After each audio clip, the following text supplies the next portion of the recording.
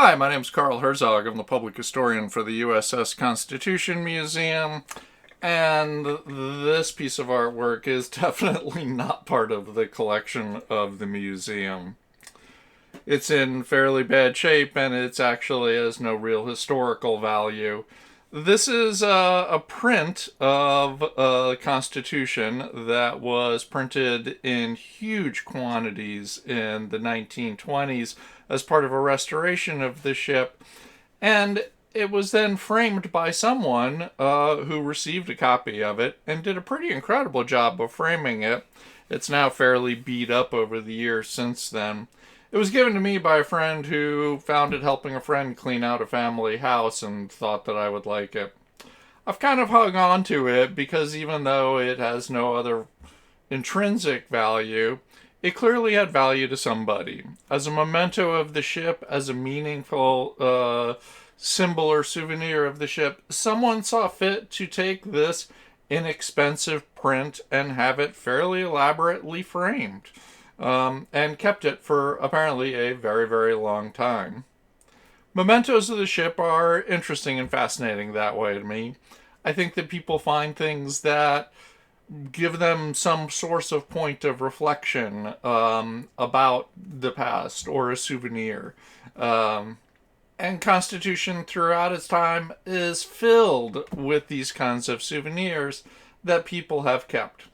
A number of them have ended up in the collection of the museum because they developed historical value over time, but for a lot, they remain valuable only to the person who has them and who gives them meaning and value. But then it is easy to see why this particular print and artwork would have been valued by anybody, and was by hundreds of thousands of people who bought copies of this print. The watercolor was a commissioned piece of artwork done by Gordon Grant, who was a commercial artist, a popular commercial artist at the time.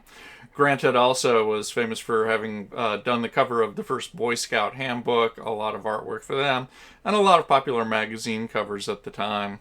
The original watercolor, actually produced by Grant, that was given to the Navy, is now at the USS Constitution Museum. Grant's prints were among a number of souvenirs that were produced in the 1920s during this massive restoration. And the USS Constitution Museum has acquired a lot of examples of these souvenirs over the years. This is actually an ad that was published announcing that you could access these and purchase them at the time. The ad, too, is actually in the collection. You can see a number of Constitution souvenirs on the museum's collections website under the category of souvenirs. A lot of these share the common thread that they are made from wood that was removed from the ship as part of that restoration. Even if it wasn't wood that dated back to the 1790s when the ship was originally constructed, there's something about the wood coming out of Constitution that continues to resonate and have meaning for people today. Even the most recent restoration wood and both the copper sheathing that came off the hull is frequently turned into souvenirs or just turned into mementos all by themselves.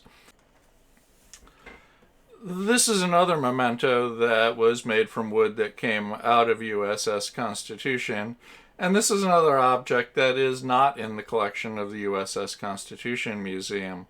This photo was actually shared with me just this week by a gentleman whose father received this in 1975 when he retired from the Charlestown Navy Yard when it shut down from being an active duty Navy Yard. This desk set, which consisted of pen holders and the centerpiece showing that the oak had come from the ship. For him, the fact that this was given to his father at the end of his career in the Navy Yard adds to the significance that comes from it being wood out of USS Constitution. We see objects like this really frequently at the USS Constitution Museum when people call to inquire about the nature of something that they've received or have had in the family for a long time.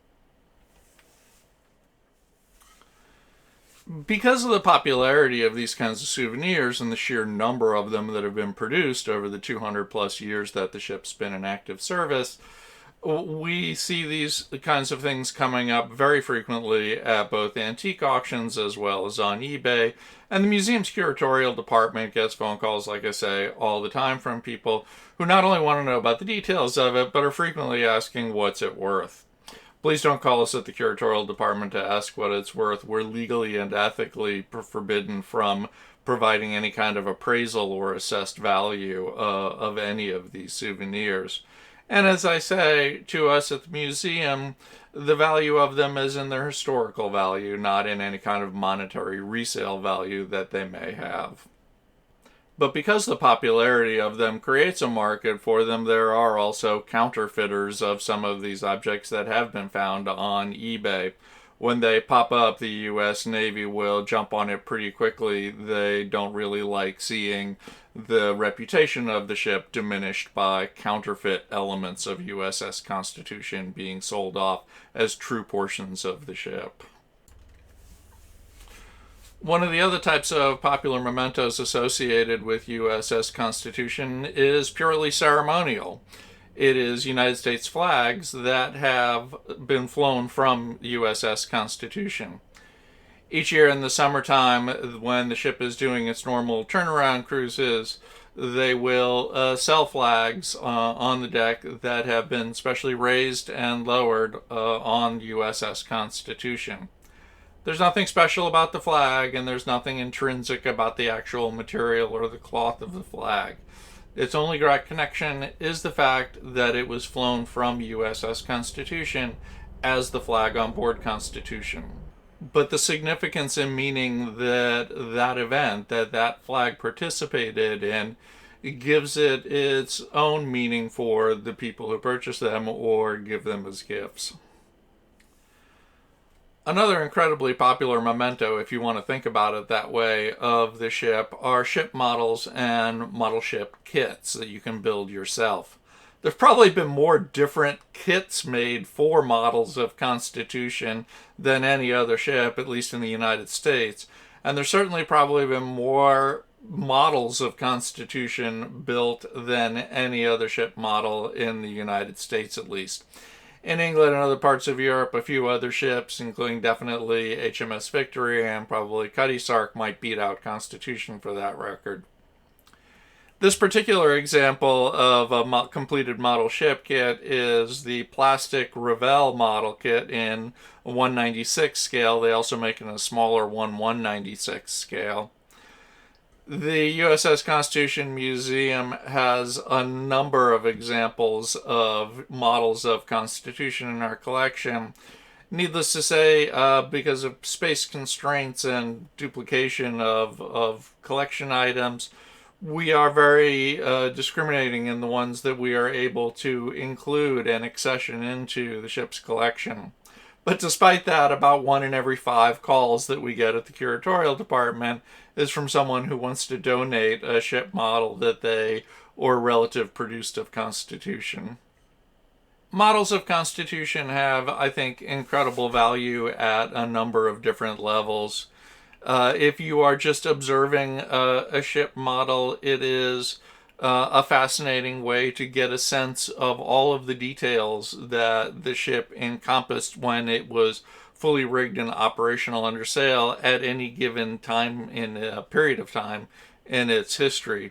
There are actually models that have been built of the ship when it had a barn over the deck of it as a receiving ship for the Naval Academy and shipyards up in Portsmouth. Other models and model kits of Constitution show off different aspects of the ship that changed over time as well, too.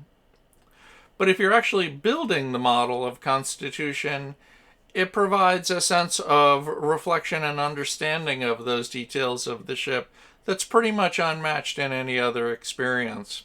It's only by going through that step-by-step process of assembling and crafting each of the pieces of the ship, assembling its detailed rigging and sails and all of its guns, that you really get an intimate sense of the makeup of the ship. I think that probably accounts for why the models continue to be so popular. I know I built one of these as a kid myself, and the hours I spent taught me a lot about the rig on this ship. Although mementos and souvenirs for USS Constitution continue to be produced today, occasionally they do develop historical value over time as their similar examples of them disappear. The USS Constitution Museum has, as I said, an extensive collection of souvenirs, but they actually go back to 1812. The earliest celebrations of Constitution that appeared in objects that people could buy and keep in their home began immediately after Constitution's first victories in the War of 1812. You'll see milk pitchers, ceramic ware. There were textiles, cloths, quilt-like materials, all of which served as souvenirs for people who wanted to celebrate, commemorate, and have examples of Constitution in their home that they could continue to think about and reflect on.